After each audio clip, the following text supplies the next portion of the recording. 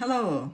Today I'm going to be talking about a method that I use, one of several methods, but the method that I used to attach or secure a rolling mill to a bench top. First thing we'll talk about are some of the basic tools that you would need. First would be just some sort of a pen that works, or a Sharpie to mark the holes, and then you would want a ruler for various reasons. Standard and metric is handy. We'll be talking about the leg bolts. Washers can come in handy, do come in handy. And then a socket wrench with a socket that would match the head fit the head of the leg bolt screws that you would use.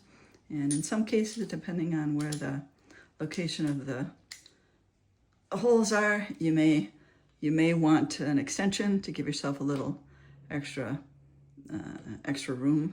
This is a cheaper socket head that I have in my car, ratchet head. Cheaper ones would be a little beefier. I've got a nicer slimline set, but I don't carry that around in my car.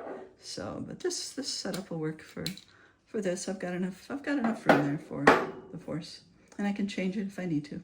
And then another would be a drill driver. A Dremel not going to work. Fordham's not going to work. A cheap screwdriver is not going to work. You're going to want to have something beefy enough to drive a relatively large drill bit through hardwood. So,